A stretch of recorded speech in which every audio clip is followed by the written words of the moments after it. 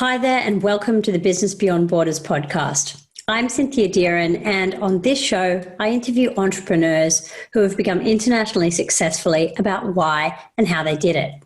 My guest today is Rob Rawson, CEO and co-founder of the company Staff.com, which created Time Doctor, a time tracking and productivity tool that helps remote teams work more effectively. Rob originally trained as a medical doctor, and he spent several years working in hospitals around Australia. But he discovered along the way that his real passion was starting and building businesses. And so after a few years as a doctor, he left medicine to pursue a full-time career as an entrepreneur. Rob had always had an interest in internet businesses, and so he had a number of online startups, including an online mapping site, a MySpace profiling site, a limousine directory, and some travel websites. He also found time to create and sell different types of software, including an online advertising agency, an online search engine optimization agency, a competitor to WhatsApp, and, most bizarrely, a site designed to train individuals to improve their lie detection skills. But today, we're going to talk about how Rob and his co-founder, Liam Martin, created Time Doctor and how they went on to turn it into a global business. Rob, welcome to the show. It's great to have you here. Yeah, nice to chat with you. Now, you're joining me from Sydney. What does a typical day for you as a founder of Time Doctor look like? Well, I have a team in 28 countries, so it's completely remote, and a typical day means actually I don't work that odd hours. I work some mornings, like 2 or 3 mornings. I work a little bit early. I work Wednesday evenings, but a lot of the time I'm working on strategy. I have like 10 hours of meetings a week with all of my team leaders. We've got over 50 people working in those 28 countries, so not sure that it's super typical. Like I have a certain amount that is like standard, like that maybe 20 hours a week is those meetings and things that I do every week. And then the other 20 is just strategy and new things and so on. And what do you like to do when you are off duty and you're not, I've spent a lot of time with my kids. I've got a 3-year-old and a 5-year-old, and I like bushwalking. It's a big thing in Australia. Well, some people like it. We go into the bush, get bitten by snakes sometimes. No, I'm just kidding. So this is going to be really interesting because a lot of people think, there's no way that I can run an international or a global business and have a young family. So we'll probably talk a bit about that a little later on today, but that's a great thing to start with, to see that you've got children of 3 and 5 and you're doing this anyway. Where I want to start though is to just to understand a little bit about your early life. And for context, you're a doctor, or you were a medical doctor, or perhaps you still are a medical doctor, and we'll talk about that too. But now you're an entrepreneur. So I want to know, if we look back into history, was there always this entrepreneurial bent in your personality? I mean, what were you like as a kid? I was a little bit entrepreneurial as a kid. I did do some coaching as a kid, and I was experimenting with pricing. Actually, I remember trying to increase the prices of my maths coaching, and I went up from like $30 to $35, and I just tried to go as high as I could and see whether people would drop off. So that was like an entrepreneurial thing when I was, I guess, 17, 18. But I wasn't truly entrepreneurial until I went to a few different personal development seminars. I think that's kind of sparked my idea of being entrepreneurial and wanting to be successful in business. When was that? Was that as a teenager or older? Yeah, from about 17, 18. And then even during med school, I was doing a lot of entrepreneurial things. So I was taking time off. I took a whole year off medicine to be a marketing consultant because I read all this stuff from Jay Abraham. I'm not sure if you heard of him. He's like a marketing guru. Yep. And so I thought, I'm a marketing guru now, so I'm going to go, and I put an ad in the paper saying, I can double your business guaranteed. And then I got people that responded to the ad, and then I tried to double that business and kind of failed. So that was my first business venture. And this is really interesting because I think what you did was pretty unusual for a doctor. And I say that because my dad is a doctor, and he knew he wanted to be a doctor from the time he was 8 years old. And that became his vocation. And that is what he's done ever since. And I know that there are a lot of that is often the way with medicine. So tell me, how did you wind up in medicine, and how did you balance the demands of doing the training of a medical doctor, which is intense, against, starting marketing businesses and doing all the other things that you did? I didn't have a desire from the beginning to go into medicine. I actually got the marks in school to do medicine, but I did a year of electrical engineering and I didn't really know what I wanted to do. Yes. And then I had a sudden inspiration. Yes, I'm going to do medicine. And part of the reason was that I thought this is on the cutting edge and there's a lot of really interesting stuff about it. I just hadn't considered before. But to be perfectly honest, I know this is going to sound weird, but I thought, man, maybe it'll make me more attractive to women, at some deeper level. To be really, really honest, I know that's a crazy thing to say. It's a little bit embarrassing, but it was kind of, medicine is amazing, and I actually do miss it.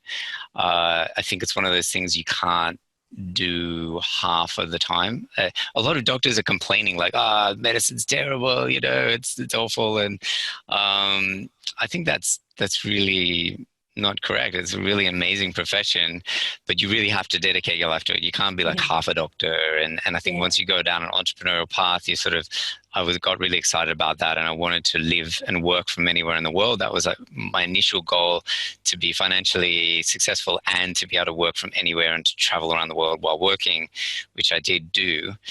And that at that point, I'd sort of been out of medicine for 5-10 years, and it's kind of very hard to go back.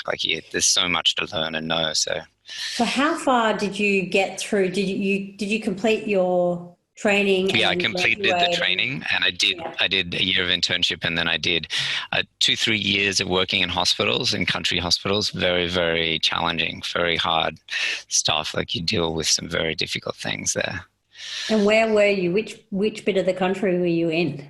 I was in a town called Kempsey, which is probably not the best socio-economic area. A lot of people are unemployed, and a lot of people have problems with alcohol. And I would probably estimate that 50% of the people in the hospital was from self-inflicted things. And when I say self-inflicted, I mean they got drunk and they fell over, or they, very basic things like that. Not that they ate a lot of food and they got a heart attack, a lot of junk food.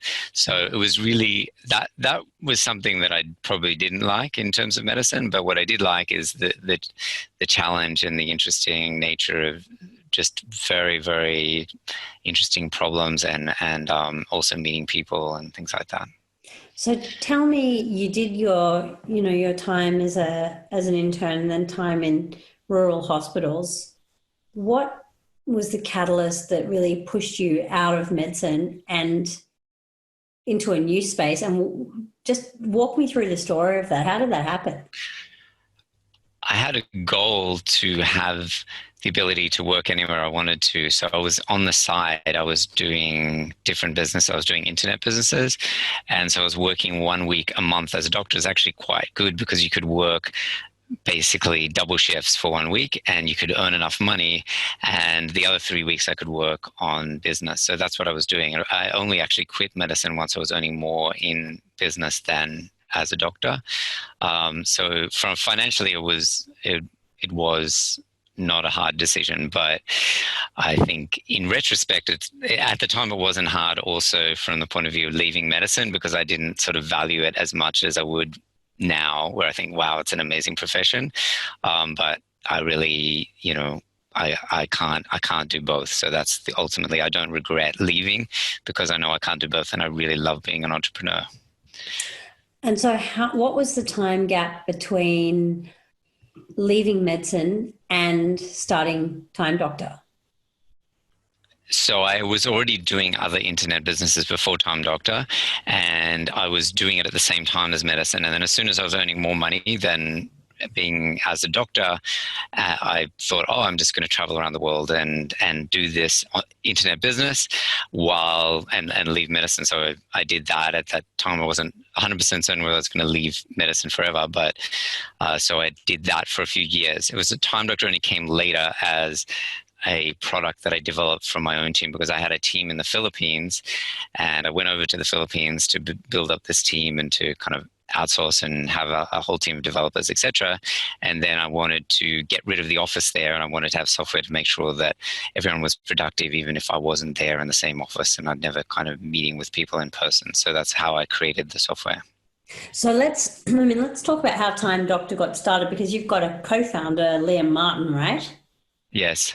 Now, where is he at the moment? Because we're speaking in Sydney. Where's Liam today? Yeah. He's in Canada. He's in Ottawa, Canada, which is the other side of the world. And surprisingly, it's working fairly well. How did you I would say first? We met actually at a conference called South by Southwest, which is a conference for technology, and we met through another friend. Actually, I did a podcast. How this all happened, it all comes from podcasts. I did a podcast. Then I met this lady who was also a friend of Liam's, and then she introduced us at South by Southwest. She introduced me to South by Southwest. We went to South by Southwest, and I met him there. So it all came from a podcast. Wow, that's amazing. And so you guys got on and you went, let's establish the Time Doctor, or? I had already started, and so Liam saw what it was. It was in the beginning stages before we were making money. Mm-hmm. So he joined actually after I'd already started it, but before we were making money. And just tell me, you said that you were already doing other businesses and you went to Thailand. And so to the Philippines. What am I saying? To the Philippines. That's right. So you actually created Time Doctor, which is essentially a software, because you wanted to shut down your office in the Philippines, but you still wanted to be able to manage your team who were working there. Is that right? Yes, I wanted everyone to work from home. Mm-hmm. I didn't want to go back to the Philippines anymore. I was kind of sick of living in the Philippines. So I wanted to continue to have the team to travel around the world, but not have to be constantly drawn back to the office. Because if you have the office there, you always kind of want to go there. So I wanted to get rid of the office. Plus, it's expensive, right? It was quite expensive. So when you started to do that, that was a pretty new thing at the time? I'm thinking that there probably wasn't a lot of software around at the time that could do that. No, that's true. I think we were probably one of the first software that was designed around that need. And how did you do that? Because as I understand it, you have a background with some engineering in it, and you have medicine and you did marketing, but who did you work with to actually? We started with just a lot of trial and error and a lot of mistakes. I started posting on these different sites like Upwork and the precursors to Upwork and freelancer.com. So I tried multiple times, like 5-6 times, to try and find somebody who could actually build it. And most of the time it was complete failure. Sometimes it was like a half, they could build a little bit, but it was very slow. Eventually I found someone who was able to build it. And then I just took it from there and then started building a bigger team, and it grew from there. So just paint a picture for me of what the first few years were like with Time Doctor. What did it look like? We had initially was building it for myself, right? So I was initially building it that I could use it for my team. Mm-hmm. And we had a small number of developers. Then I started doing some blogging, some content marketing. So we got more people to use it from the content marketing. Then it started to build up as a free user base. Then we decided, we've got to start charging. So we started charging, and then it just built up slowly, really steadily and slowly from there. We started charging in 2012. So that's like 6 years ago. Then we just continually worked on trying to improve the product, hiring and improving the team. That we're constantly building out the team and working on how do we hire really, really great developers in our team. So that's a very, very big focus. And also responding to the needs of the customer as much as we could. So we had our own needs that we were actually using the software, but also responding to the needs, constantly asking them, what do they need? What else do you want to do? But we certainly made a lot of mistakes in all areas, like in terms of the product development and hiring developers, etc.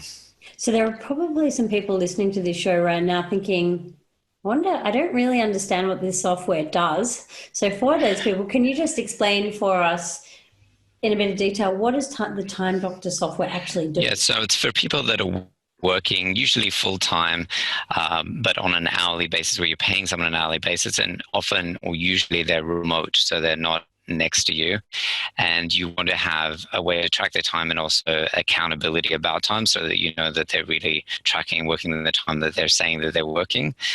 So for example, if you have on Upwork, if you've heard of Upwork, it has a kind of a software like that. So this is a way to actually do that without using a platform such as Upwork. So Upwork, you can do all of this. You can hire these remote people, but it costs 20% of the person's salary. And a lot of people, they want to just hire the person directly, or they have a contact. And so they need a software like ours to make sure that they feel the person is productive. So it's time tracking, but also accountability about productivity. And from what you're saying, it seems that one of the advantages that your software has is that it offers a competitive advantage over a platform like Upwork, because I'm wondering whether maybe using Time Doctor software is less expensive than hiring somebody through Upwork in terms of percentage of salary that you then have to allocate to Upwork. Yeah, definitely. You don't have to. Yeah, a lot of people are directly hiring people around the world now. So that they might have an assistant in the Philippines, they might have a team. And this is a common thing in Sydney or more expensive cities. If you wanted to hire a developer in Sydney, you're looking at 100,000 Australian dollars minimum. And it's if you can find someone. So that's a big if, right? Because it's very, very hard to find someone good in Sydney. And 100,000 is actually a low salary. So you really need to have the skills to be able to, and this is where hiring remotely really is so much more effective, because you're expanding your network to the entire globe. So you imagine Sydney is 5 million. It seems like a lot of people, but compared to 8 billion people, or say, I'm not sure how many people there are on the planet, but it's a lot more than 5 million. It's just insanely more people that you could actually hire, and there's so much more talent available, whether it's hiring at the same salary and just a better level of person, or hiring at a lower salary and a more affordable salary. Like, it's all sorts of options, but it's just an incredible advantage to do that. And we're going to come back and talk a bit more about global teams in a little while. Before we get there, though, I wanted to talk to you about how you grew the global footprint. And I guess in a way, because of the kind of company you are and because of the kind of product that you're offering, Time Doctor is really a born global company, isn't it? I mean, you set the company up specifically so that you could put you as the end user, or really the client, as well as the founder, could be in one country, and the people who you wanted to work with were a couple of continents away. Yep, that's definitely the case, that it's really connecting people across countries. So, but in terms of how did I have a global footprint, really it's when we post a job, there are certain places, and when we look for people, there's places that are more appropriate for hiring globally, and we don't look at the person's country, except that now we do look a little bit at the time zone. So we might not want certain time zones, because sometimes the time zone is an issue.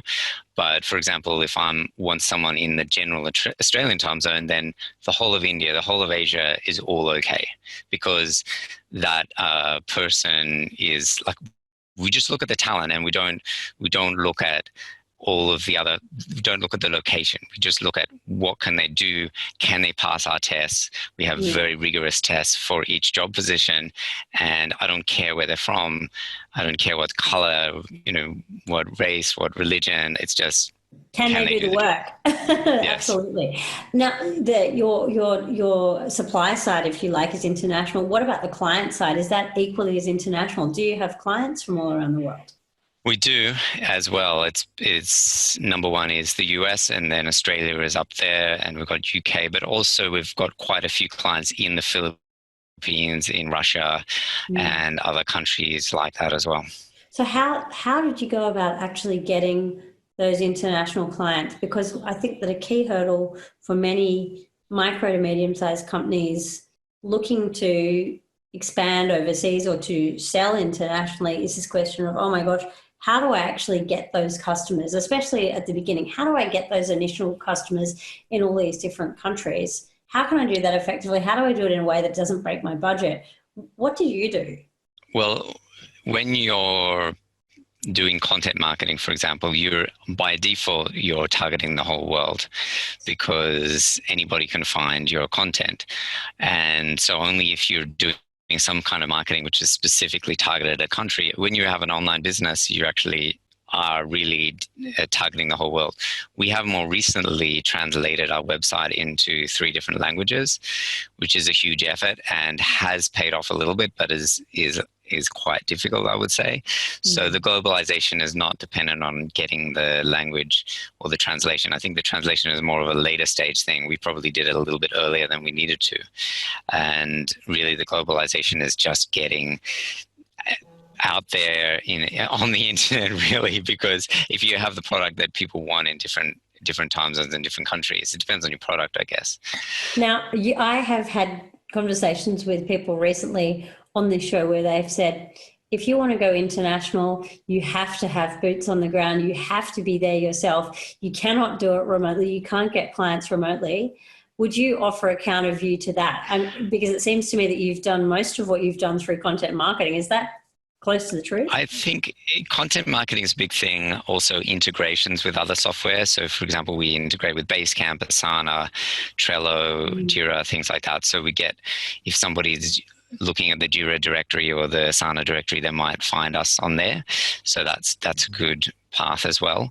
But in terms of do you need to have boots on the ground? I think it depends on your sales model. If you want to have salespeople actually in the country, then I think it is much better. A lot of business models do require having a person that's actually selling. And we're moving more into that, or actually just at the moment hiring a salesperson in South America. So in Portuguese and in Spanish, and it's a little bit unproven. We just started it. So I think that's like another evolution, but I don't think there's you must do. I think if you are doing sales, I think it's quite hard to do sales remotely, because that's just my experience. We are doing sales remotely, so we've had some success with it, but I think that it is more difficult because the kind of feeling, like for salespeople, they really need to, they're going to be constantly calling people and they need to be very motivated to do that. And if they're doing it from home, it's a little bit more difficult. But I don't think it's impossible. I think none of these things have absolute rules. There's very few things in business that have absolute rules. So just to, I just want to dig in a little bit to what you did initially. So you did content marketing and you did integration. On the content marketing piece, what did you actually do? I mean, did you do blogs? Did you do podcasts? Did you do... We haven't done podcasts until more recently. We did more blog articles and some articles on other blogs. So for example, we tried to get onto business.com and other sites like that, which was effective. And generally the content marketing is very, very long term. So a lot of our traffic actually really came from referrals and people just looking for a solution, and they referred someone or they wrote an article about us, which is very, very organic and just takes a long time to build. But the content marketing was the spark. So you put out some kind of article, then they find that, and then they refer, then they start using it, and then they refer it, etc. So those two are very big. The other big marketing angles is the sales, which we're just starting, which is the having an internal sales team that calls all of our leads, which we didn't really do before. And the other thing is split testing and conversion optimization. It's not actually generating the leads, but it's hugely important it's probably one of the most important things that we've done is just to constantly improve our website and the conversion of when people go there. Do they actually sign up and do they use the product? Okay, and so those are really your top channels in terms of getting people to come to you and do what you do. Yes. What type of clients and industries do you usually work with? I mean, is there a trend in a direction or another, or is it very diverse? Actually, number one is marketing agencies, more digital agencies, and also development houses. So they might have an offshore designer or developer that works on their team, or a bunch of offshore people. So they kind of look towards our product because of that. Because often that's the number one use case is somebody in Australia, they have a digital agency, and then they have like 5 developers in Ukraine, and then they use our product for tracking efficiency of their team. So that's that's kind of our number one market. And then we've got all kinds of other online businesses like e-commerce and all sorts of things. And how similar or how different have you found your clients in the different markets where they're located? I mean, are your Russian clients very different in terms of your Philippines clients or your American clients in terms of what they expect?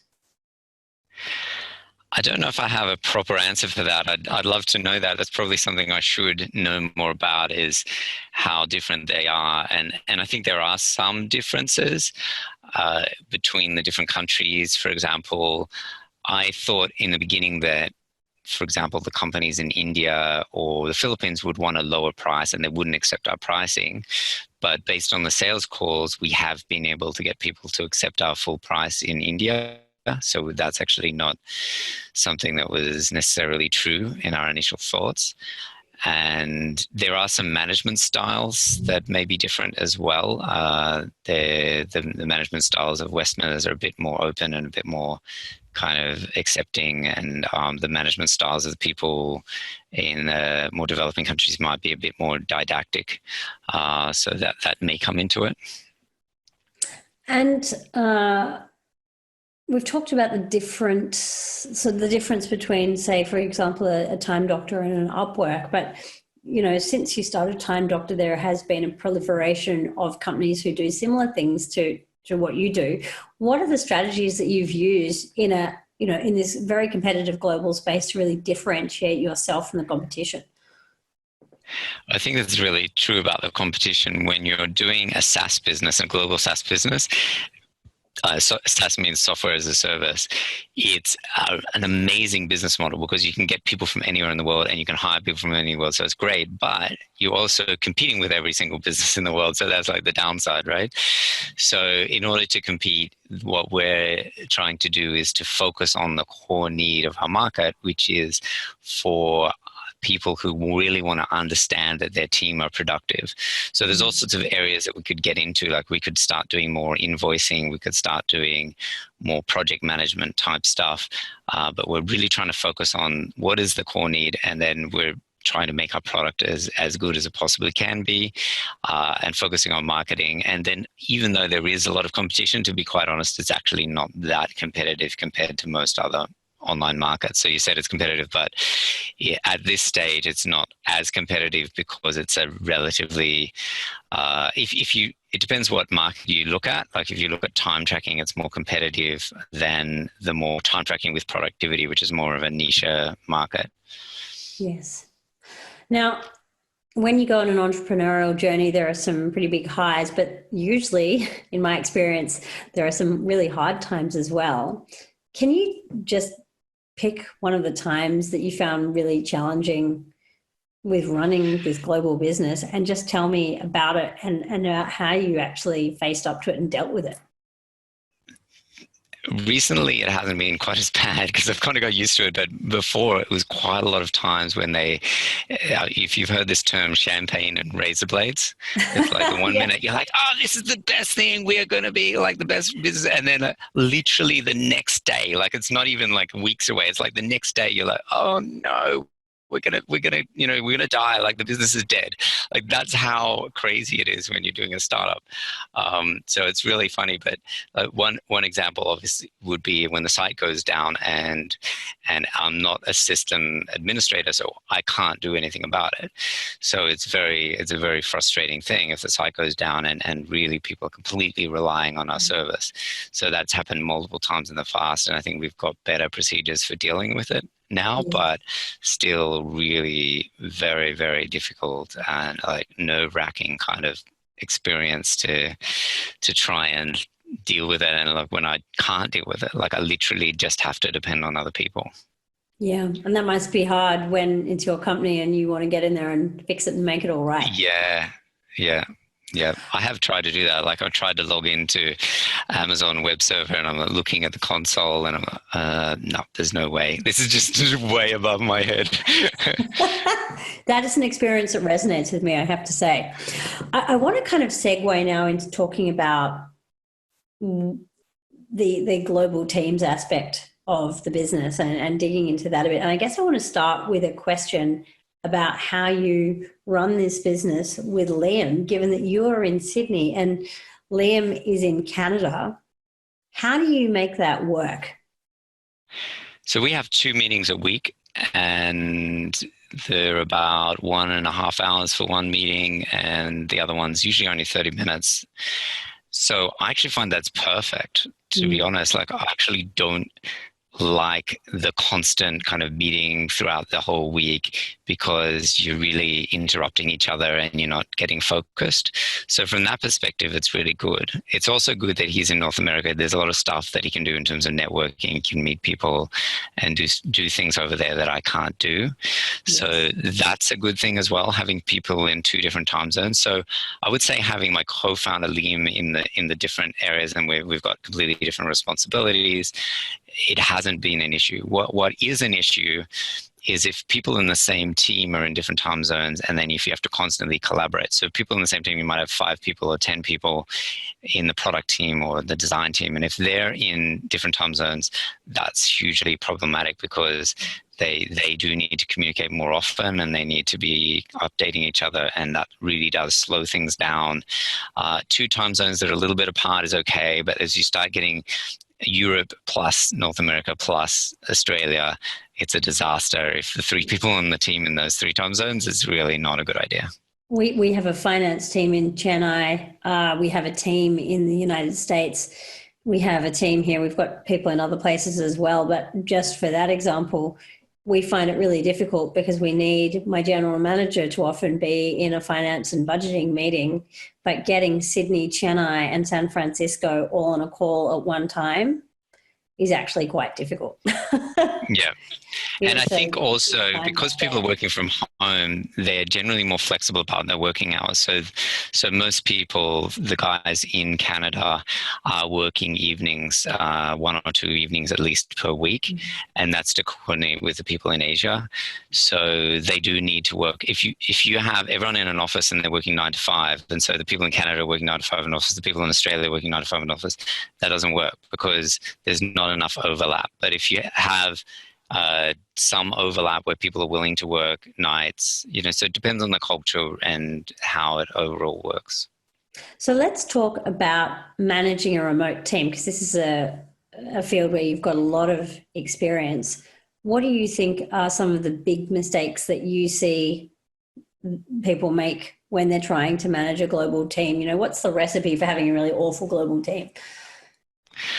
I think lack of communication is really common, because when you are not there in the same room, you don't bump into each other. A lot of businesses actually run by bumping into each other. Oh, I just remember I have to do that. Oh, I just remember I have to tell you something. But that doesn't work if you're in the other side of the world. You need to have a structured approach.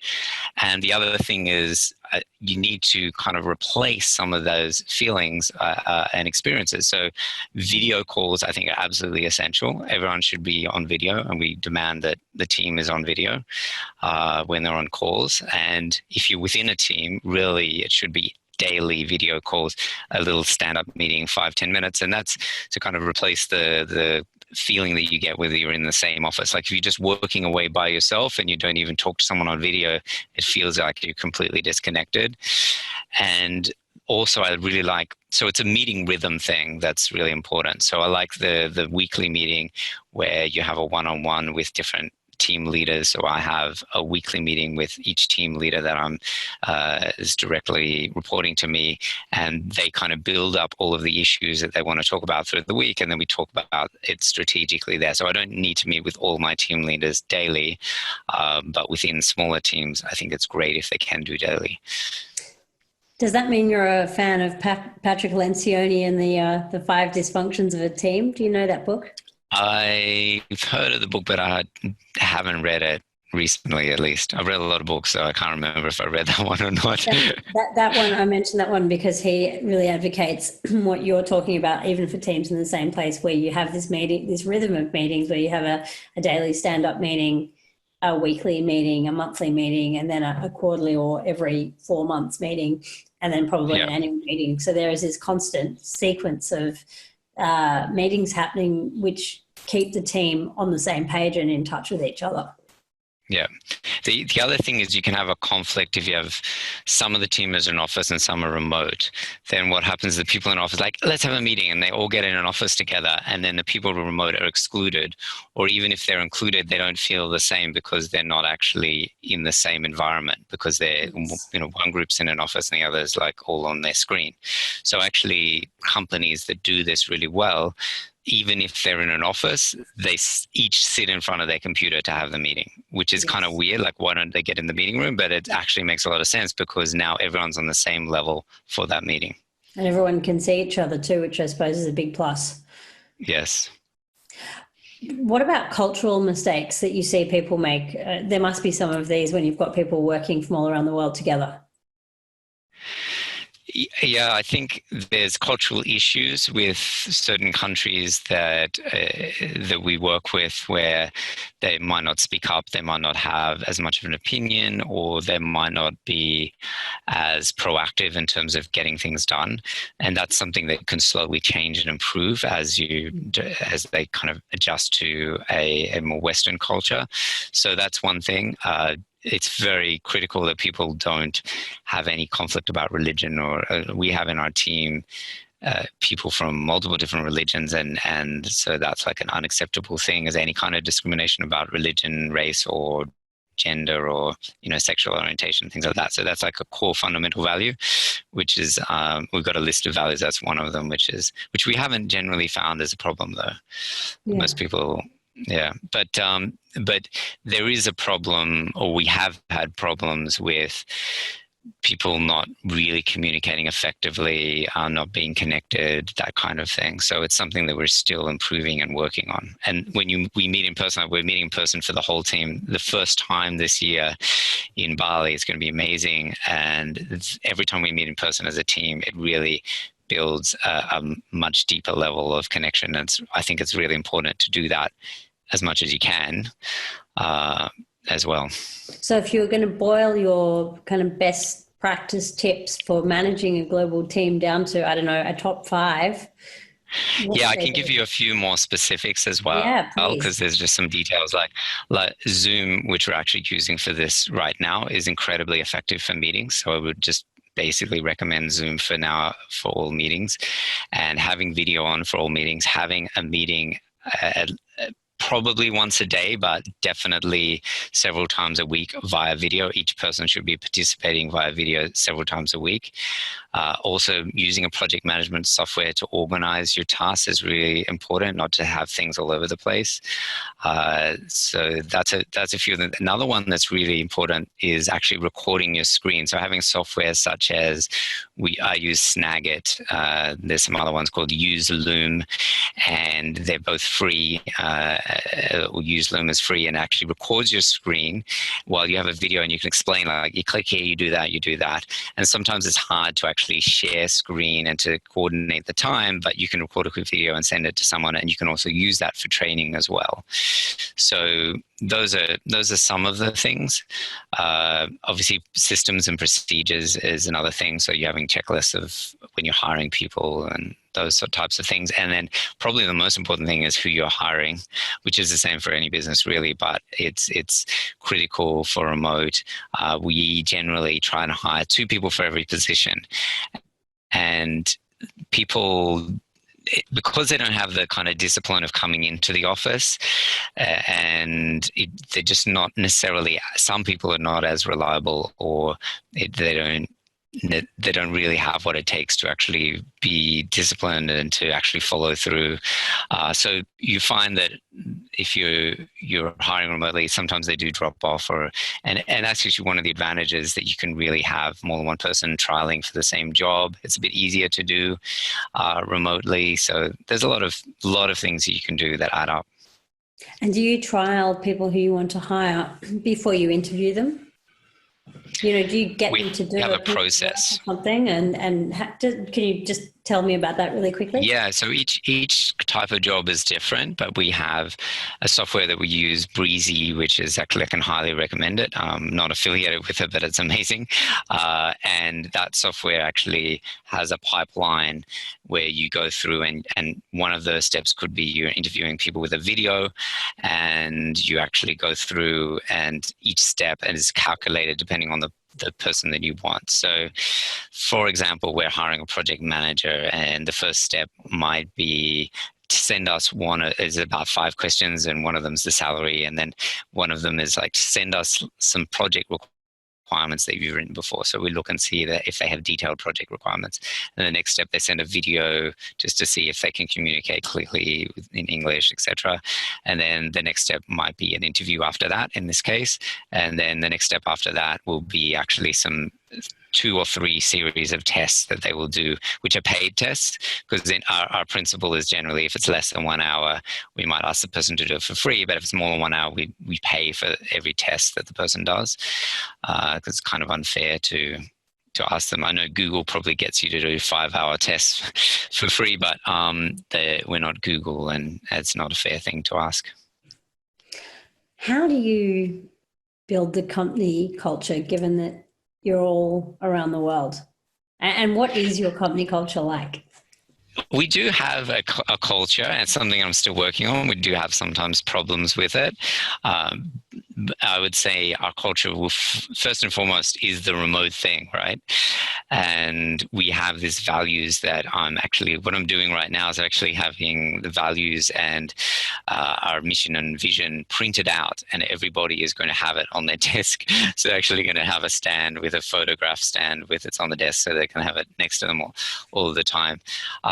So that includes things like the remote thing, the acceptance of other people, and so those are the things. Some of them are not 100% there. Like, for example, being proactive is one of the culture. I would say that some of our team are really proactive and some are not. So that's something that we're working on. So yeah, culture. We also have things like a water cooler or a coffee chat once a week, which kind of works. Like in our support team right now, they're doing a games night where once a week they do for 1 hour. They actually play games, video games, because they're not really meeting socially. So that's another thing that they do. It's culture is sometimes hard to define, isn't it? It's like it's there, but it's a little bit hard to define it. And one of the problems is because people are not there all of the time, you don't even necessarily know if they are following the culture or how they are. But that has advantages too, like that whole style of operating. Like I talk to other business owners, and they would go insane if they had 50 staff, because they'd be constantly bugged and they'd be constantly interrupted. And that doesn't happen because I'm here. Like I literally have no actually employees or other people in my company in my office. So it's just me. So it actually gives me a lot of space and freedom. So it has a huge advantage for the business owner as well. Now, there is a flip side to that, though, and that is that you have to motivate yourself to, get out of bed and make sure you don't wear pajamas to work every day because there's nobody looking at you. What keeps you motivated to keep getting up every morning and running the show? I like the overall vision of doing something big on the internet. I know that I'm actually exploring that right now. I'm a part of an entrepreneurs organization. So it's like the thing that I'm exploring is what is my real vision, because I'm kind of at the stage, or very close to the stage, where I don't need to work for money. So if you don't need to work for money, then what are you really working for? So that's a really good question. I think my overall answer is that I want to do something that makes a difference on the internet, that I really enjoy, that as a very successful company, and then I want to give the money away to charity. So that's my long-term vision. That's more than myself. But if part of it, if I'm really honest, is I want to do it big. I want to be successful. I don't know if that's the right answer, but it's kind of true, is that's I want to have a really successful business that's really, that and I want it to be meaningful. So like there's certain decisions that I'm making, like certain element of our company has this like employee monitoring aspect to it. And I want to kind of actually change that, because that's not an inspiration for me for the 20-year kind of view. So there's that element of what is it doing in the world. Like I really like how Time Doctor is helping people to be able to work remotely. So I'm kind of working towards that vision a bit. I love it. So, we've talked about motivation. What about inspiration? You said that you like to read and you've read lots of books. Are there favorite books that you've come across over time, whether they're business books or nonfiction or fiction or cartoons, whatever it is? Are there favorite books that you have come across that have really made an impact on your life, or got you to see things differently, or given you a moment of inspiration? I've been doing more podcasts at the moment rather than books, because of the time to actually read. And by the time I've read it, I kind of like it's simulated, and then I've like half forgotten it. So there's Vern Harnish, The Rockefeller Habits is just one that I'd recommend in general to business owners. And any lean startup, if you're doing a startup, the Eric Ries and any other kind of lean startup kind of things is really, really powerful, I think. So those are two things that come to mind. Also, Getting Things Done by Robert Allen is another one. And we will we'll list all of those in the show notes afterwards, so that people can go and check them out and find them if they're interested to do that. And what about people? Are there any people that have made a particular impact on you? I really like Warren Buffett. The reason that I like him is because he's very folksy. He's in the same house, even though he's one of the richest people in the world. And he really loves what he's doing.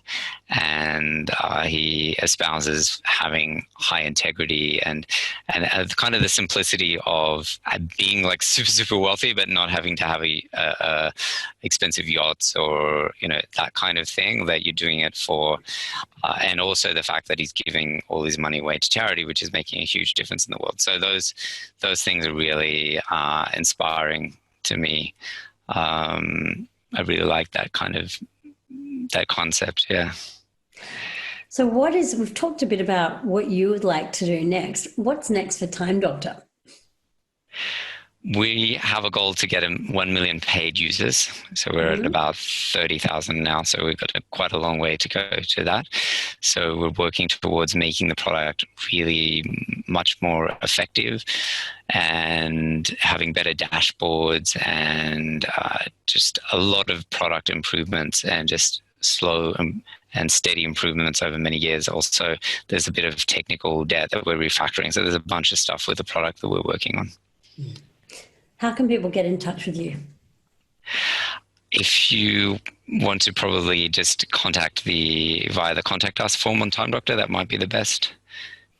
Yep, you can also connect with me on LinkedIn as well, although I don't always necessarily read my LinkedIn emails. I think I filter them out. So again, we will put the details of that contact page, and if you would like us to, we can put your LinkedIn onto the show notes, and then if you decide to look at LinkedIn and people connect with you, you can chat to them there. Rob, it's been really fascinating and really fun having you on the show today. Have you got some final thoughts for business owners who are listening to this podcast and thinking, I wonder if this going global thing is really for me? Just one thing that I would say is just to really have a thought about doing something that's 10 times bigger than you ever thought you dreamed possible before, because as soon as you have that in your mind, it may set you down a much more successful path. And we limit ourselves. Like I've limited myself multiple times, even though I'm a big thinker, but I still limit myself. And as soon as I start thinking that in that bigger direction, even maybe if I don't achieve it, I think it gets me a lot further towards my goals. So that's something that I'm really always think about how to 10x, or how to not just incremental, but like blow things out of the water and be much, take 10 times more action as well. Like, how could you take 10 times more action towards, if something's working, just keep doing it a lot more than you are right now? How could you do that? So that's some parting thoughts.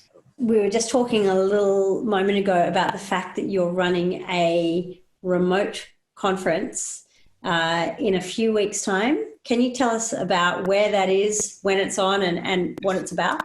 So it's actually in Bali on the 23rd of June.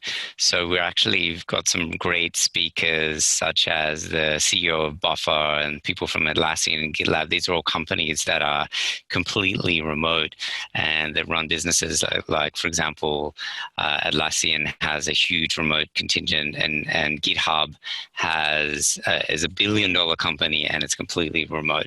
So it's really, really interesting to learn from these people. So this is our first conference that we've organized. We can also give your listeners a discount code as well. I know it's probably on a short timeline. I don't know when this podcast is going to go live, but there's also a podcast there, and we'll be doing it in the next year as well. Runningremote.com. We will put the details for that and the link to the promo code and the link to the registration into the show notes. So if you are interested in getting some good oil on working remotely and hearing from some amazing speakers and also having a fab time in Bali, then you might want to check out the remote working conference. Thanks for joining me today. Okay, really nice to chat.